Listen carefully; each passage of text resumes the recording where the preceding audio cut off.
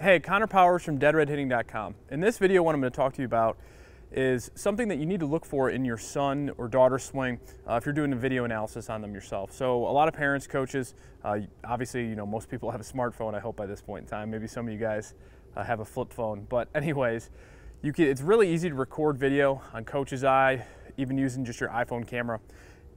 And a lot of times you're going to try to break that swing down. So here's one thing that I want you to look for. I see this a lot. I do a lot of video analysis over on my website at DeadRedHitting.com.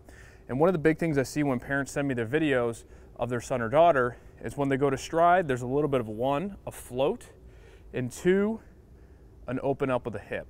Now you've seen hitters, like Chris Davis, where he steps a little bit in the bucket. Justin Turner steps a little bit in the bucket, and that's not what I'm talking about here. With those guys, they do a good job of still maintaining proper hip position, even though they're stepping open a little bit. And what I'm talking mostly about is when we get a drift and then the hips open wide up and lose a lot of power and the body's working away.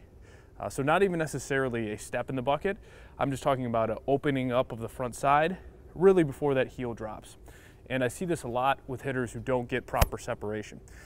And the first thing that you will do, so if you video your son or daughter, what you want to do is check their swing. And if they're doing this wrong, what you're going to see is as they stride, so they'll load, but as they stride, their head's going to move a lot, their body's going to move a lot, and you're going to see their chest move more with their front leg. And the mistake that they will make is as that chest is moving forwards, they will open up their hip like this before that heel drops. And so essentially, if that's the case, what you want to work on with them is getting them to be in an athletic position when they load, stride, separate. Make sure that we have some separation. Some hitters like to get more distance between their knees. Others like to load more with their hands. Really doesn't matter as long as you get some sort of separation. Second point is when their foot hits the ground, it's really important to make sure that one, they're in a relatively even position. You can be a little bit open if you want, but the big part is that their hips still need to be square or a little bit more in a torqued position here as they load. Right? And so when that foot hits the ground, you want to make sure that they're torqued, they have the ability to create some power, and their hips are still in this position versus this position when their foot hits the ground. Right? So it's super, super important to make sure that when that foot hits the ground, they're in a position that they can generate power and deliver the barrel into the hitting zone. Now in hitting, there are so many, there's so many different stylistic principles, kind of like I was referring to Chris Davis and Justin Turner, how they step in the bucket, quote unquote, a little bit, but they still do a good enough job of keeping themselves in powerful enough positions to where they can clear their hips. And for them, maybe that helps them open their hips more. Maybe that helps them get the ball in the air a little bit more.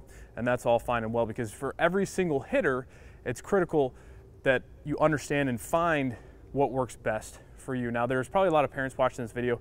Maybe your son's 10, maybe your son's 12, maybe he's 8, maybe he's 15 or 16, and you're just trying to look to figure out what you can do to help them the best as possible. So just wanted to cover that one, really common flaw that I see in hitter swings as they go into step, as they go into stride for video, when I'm doing the video analysis on their son or daughter. So when they go to stride again, their front side opens up just way too much. You just got to make sure that when that foot hits the ground, we're in a position where we've created torque with our lower half, and as you stride forwards, it's almost like that hip is going to bump back. Now, to be able to get in a better position to create that torque, that's one of the things that I talk about in DRH 2.0, which you can find on the website in the training section. It's a daily practice plan that shows you every single thing that you need to do to be able to create a powerful, consistent swing for your son or daughter.